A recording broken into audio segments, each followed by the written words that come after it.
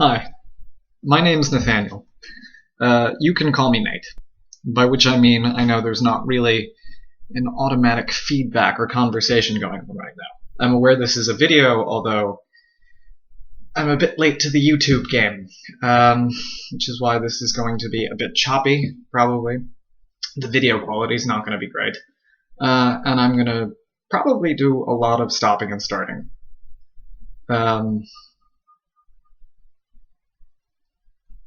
I think it's important I make this video, just because I think it's important to try. And I'll tell you what I'm trying to do today.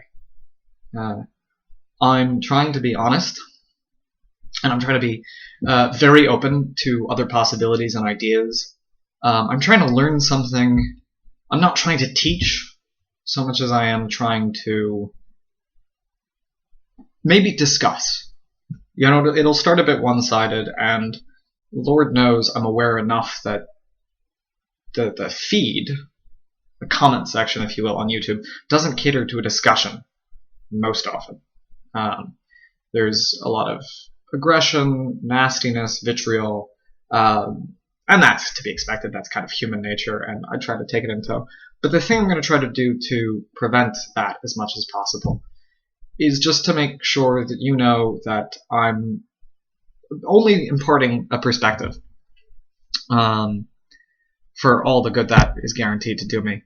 And just trying to be open so that other people can get the opportunity to be open in the same way if they want to, and if the opportunity presents itself. So that's a long preamble to what I think is ultimately a very short message, in essence. I'm 25 years old. I'm currently living in Dublin as a student of philosophy and political science. I'm very fortunate to be doing that, and I'm very, very aware of that right now. I'm a 4-time kidney transplantee. Yeah, there are probably other things about me, but biography is not really important. I'm not very important with respect to what I'm about to say. You're actually the person right now who's going to make all the difference. This is starting to sound like something self-help oriented, wishy-washy, pseudo-philosophy, mysticism. No, I'm actually talking about your vote. And I'm not asking for your vote for a specific candidate. Not even going to tell you who I voted for. I'm going to ask you to reflect. But now I also kind of get to tell you who I'm addressing. I'm addressing Republicans right now. Not the Republican establishment. Not people in elected office who are elected under the auspices and funds of the Republican Party. Not administrators or facilitators or game makers or agenda setters. I'm talking about every man and woman and child, well, presumptively have become, 18, of every gender and description, race, class, interest, hobby, state in the United States. Yes, I'm mostly addressing the United States. I'm talking about your vote with respect to the 2016 presidential election. And I'm talking to Republicans. I'm from New York. I'm studying in Dublin with a degree in philosophy. Now, all Republicans hearing that may have some stereotypes they engender, but I'm only inferring that because I'm bringing mine own to the table. Yeah, I have a very progressive, left-leaning system of ideals more than an ideology, because as much as I can, I try to vote based on facts and theories that can be tested and falsified. I swing more to the left of the spectrum of ideology. But I don't believe in the word ideology with a big I. I believe in getting your facts, building working models, testing them. Politically speaking, ultimately on a very, very dodgy platform. Because when you test something in political science, there are consequences. And sometimes you win out and more people benefit. Sometimes you make a mistake and there are consequences. So that's what I believe in. It's now May 4th. Yeah, it's now May 4th, which means two things in the year 2016. It's 2 days before my first of a series of final exams, which means look how altruistic I am for making this video right now and taking away from my busy time where I should be studying. Someone's calling me, but I'm going to ignore them presumptively, and I'll assume that they'll know to... Well, I'll talk to them later, is the point. And it also means, going back to what I just said, that the Republican nomination, presumptive nomination, or rather the campaign for it, is no longer contested. Successively, Ted Cruz and John Kasich have both suspended their campaigns. Now, no matter what you feel about Donald Trump, those of you who are qualified now at this stage of the game to vote for him, no matter what you feel about him or felt about him prior to this video, or rather prior to today, this video aside, you don't have a choice anymore. You've been deprived, in the short run, of an incredibly meaningful choice. And for better or worse, that's the nature of the primary system. That's just what happened. And I know a lot of you are going to be unhappy about that. I know a lot of you who either identify as Republican or conservative, either based on principle or just your own personal history. That's how you voted. I know a lot of you are not Trump supporters. And I know a lot of you reject the incendiary rhetoric that he's espoused and find it incredibly problematic and probably don't want to take on board how it reflects your party. This is the point where I say I'm not trying to make any of you Democrats. While I am a progressive on many, many issues, both social and economic, conservatism in the United States, I think in many respects, has been historically a very ennobling movement. On certain issues, I think it has not. I think it's been the opposite. And that's my opinion. But what I'm saying now is maybe it's time to rethink where you're coming from when it comes to the general election. And what's brought you to this point, and how you relate to this system that tells you Trump is meant to represent your party, your ideology. Because I think for a lot of you, people I don't know, people for whom I would make no presumptions, but I'm betting for a lot of you that's not true. And you don't have to believe that's true.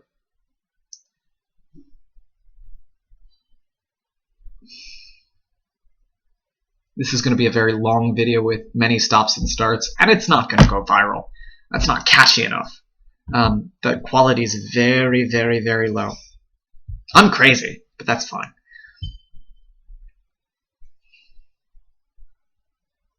It doesn't have to be that way.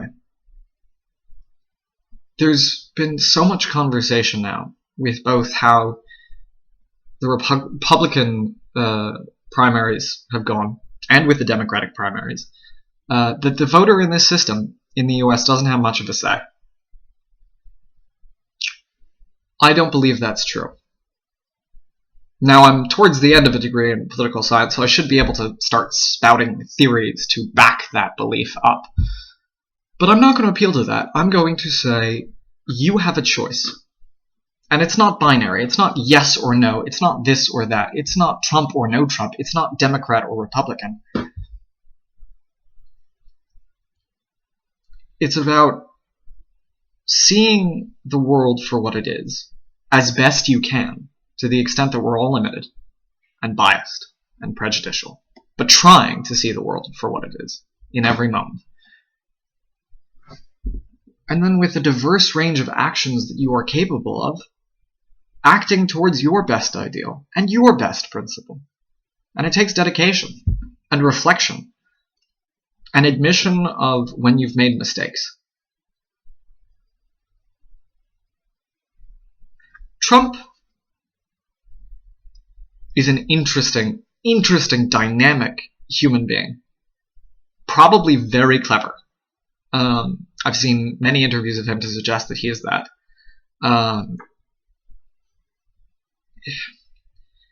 It's been supposed by Ted Cruz and others that he's a pathological liar. I'm not going to fearmonger right now and say that's what it is. I'm going to say that I am not apt to make that kind of diagnosis. He could be, but he could also just be a very proficient game player. And this, I think very troublingly, is one of the arguments that has been and will continue to be appealed to you when it comes to the general election. Everyone who's on the moderate spectrum, who has a historical precedent for voting right, will be said, these are all expedient means Trump has employed to garner certain bases, and then he'll get to the presidency and moderate his views and be very pragmatic and not bombastic, engaging in incredibly vitriolic rhetoric. I find it disconcerting that argument has to be made in the first place. I think it's very disingenuous. But I want you to reflect, because it could be the case. And that could be the reason you vote for him. If, on the other hand, you're a Republican, and I'm addressing you, who is utterly disenchanted with the prospect of voting for Trump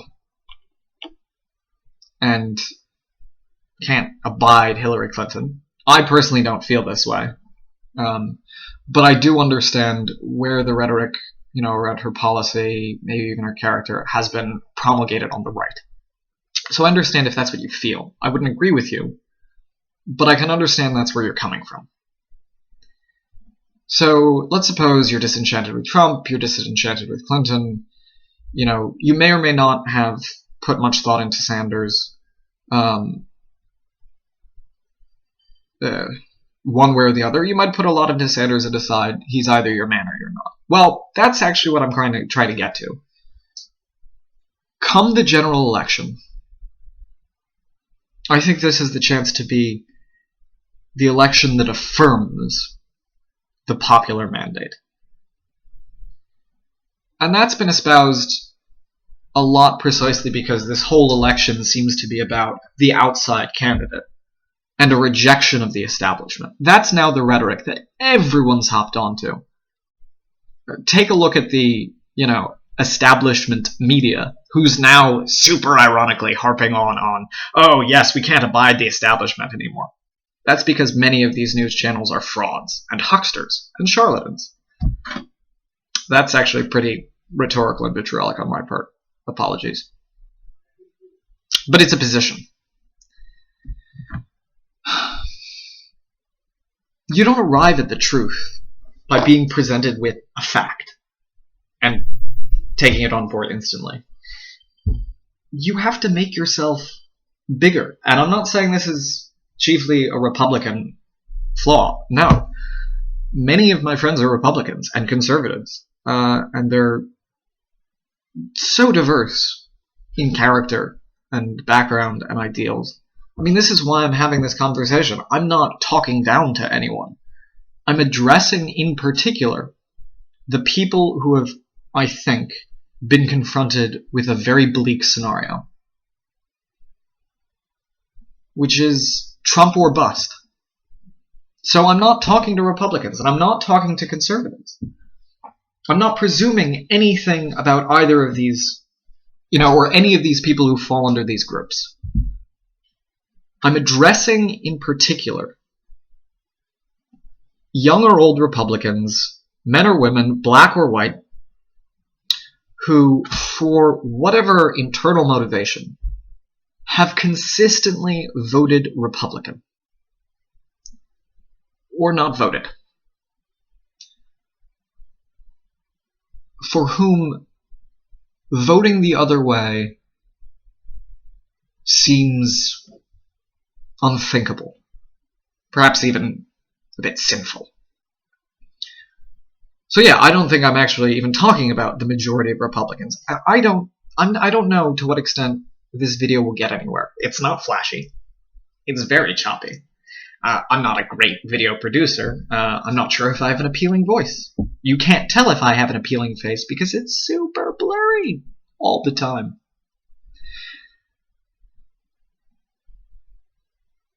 For those people, I'm saying, take a step back. Breathe deeply. Get into a really quiet space where all of this constant bluster that we're always subjected to, not just Republicans, not just Democrats, anyone who lives in the system where there's so much information traffic. This is advice to everyone, but I think it's super pressing that this advice be suggested to myself, and to my friends and family, and anyone who's human, but particularly to the people I can, in this moment, try to connect to, who are faced with the prospect of voting for Trump and feel a bit desperate. Reflect. Reflect on what it would mean to vote for him. Really try for yourself, not through what anyone else has ever told you, to investigate his nature. You could come up actually with some very, very positive things. I'm sure you can. He's a human being. He's capable of great good and great compassion and insight and wisdom. Or you could find justification for all of the rhetoric that the left and disenchanted have espoused about him. He's unkind, unthinking, bombastic. Okay, enough said.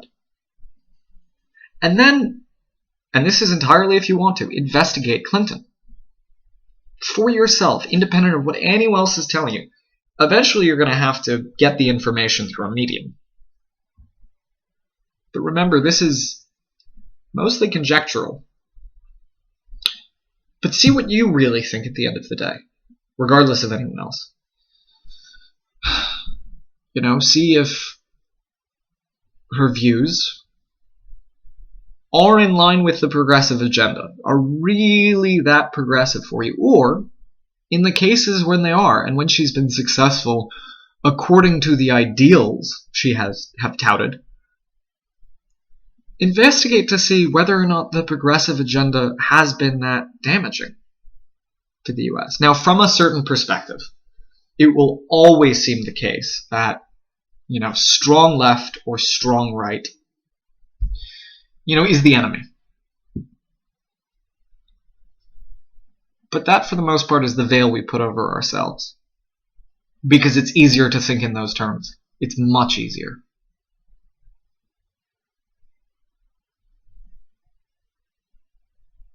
So, investigate Clinton. Think about it.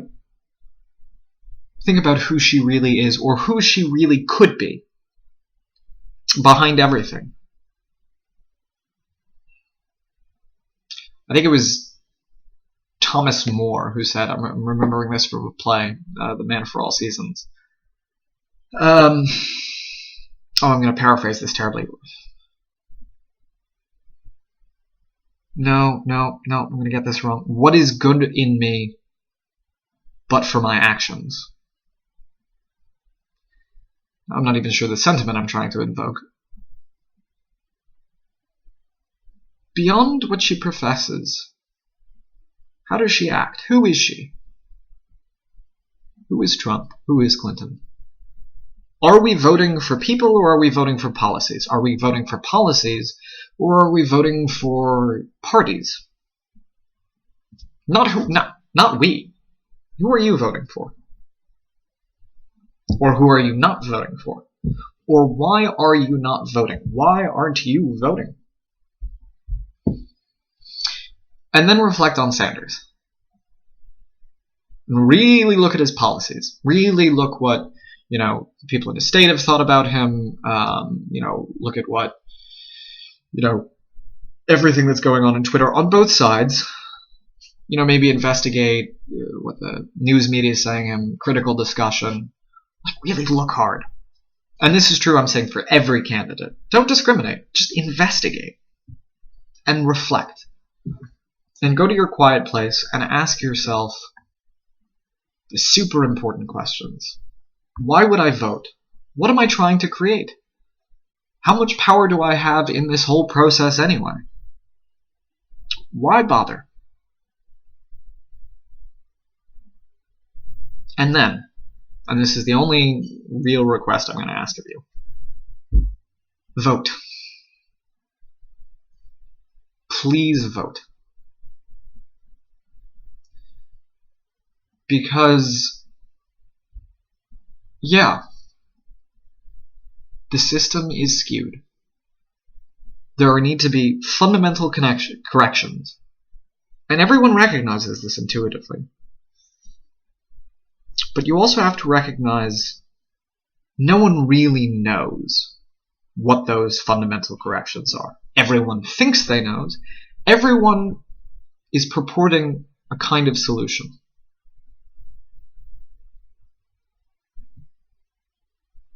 Now, what can you do? Gandhi said, and I know he's an ambiguous and contentious figure in history, especially from my Indian friends and my British friends. Well, not British friends. They love him. They adore him. Gandhi says, you must be the change you wish to see in the world. Michael Jackson said, I'm looking at the man in the mirror. Not very similar. You can have a meaningful impact in this process, and it doesn't start and stop with the vote. It means contributing meaningfully, vibrantly, and dynamic in the process of creating the world in which you want to live. Now, I'm going to be talking indirectly via this video to whom I would have some radical disagreements. I don't need to go into that right now. And I'm indirectly saying really become involved in purporting and creating things that I probably have a lot of objections to. I don't know what your religious faith is. I don't know what your job is. This is, I don't know who you are, but I'm still trying to talk to you. And you know how I think I can do that? I believe I can do that because I do know something about you. Without knowing anything about you, I know that you feel pain. And you suffer. You're frustrated. And you're kind and compassionate and considerate. And cruel. And angry and mean and bitter. And inspiring. That's what it is to be human. To be all of those things. Sometimes all at the same time. Now, if you can look at your enemy, or the person you think is your enemy, and remember that they're human. Remember that they too feel pain. And from that pain and suffering, they do things that give us pause. Pause. If we can remember that, well, we start to solve the problem. And I think acting from that place of understanding and compassion leads us out of ignorance into investigation, which is critical, especially at this political juncture. It's determining. There's a knock at my door, I'll get it later, but that's okay. 1 minute. It's my sister. I love my sister. She's great. She's my favorite. She's my rock. Do you have a rock? I think we all have rocks. That's my phone. Now my phone's ringing. I'm going to bring this to a conclusion, a swift and mighty conclusion. Reflect and remember that the choice is really open to you. But if you're going to make a determined choice not to support what you think is bad in Trump, if you liberate yourself from the position of thinking that you have to, which is what the Republicans are telling you to do, and I know so many people don't want to do that. And if you make the personal conclusion, if you come to that understanding that actually, coming from a place of compassion and understanding, someone on the other side of the aisle has something to offer that could be in the good for everyone, you can vote for them in that general election. And the thing is, it's not going to be a third-party candidate. It's going to be a meaningful, possible alternative. And here's the other brilliant thing. If you start to investigate now, very, very quickly, with great courage and strength and determination, if you start to do all of that work right now, as soon as this video ends, and you are conservative and Republican and dissatisfied, and you think, wait, someone on the other end of the aisle, on the other end of the spectrum, is actually saying things that make sense, that would work, that would create a better society, or would just not be shooting ourselves in the foot, you can do better than voting for them. You can come forth filled with great determination, which was what it'll take, and courage and strength, and make your presence known. Say, I am conservative, or I am Republican, but maybe I can compromise, or maybe not even compromise, change, and say that the circumstances are such that I believe new things.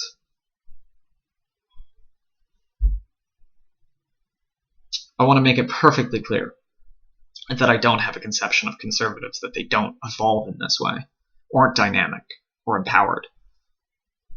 I think it should be a testament, by now that I've stipulated, the only thing I do know about you is that you're a bundle of emotions and experiences that is shared by everyone, which is worthy of fundamental respect.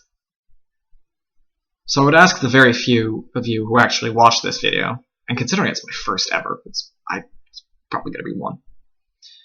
No matter what you do, I beseech you, because I believe in your fundamental dignity, that you don't tarnish my good intentions and the potential to actualize your own by slandering on the comment feed. Anyone, anything that happens, you don't need to resort to that. Reflect, consider, empower yourself, vote, and represent the changes, the values that you believe in. Good luck, everyone. It's been an interesting election process. I might have another video soon. We'll see if this gets traction. Share, like, do what you want. Bye.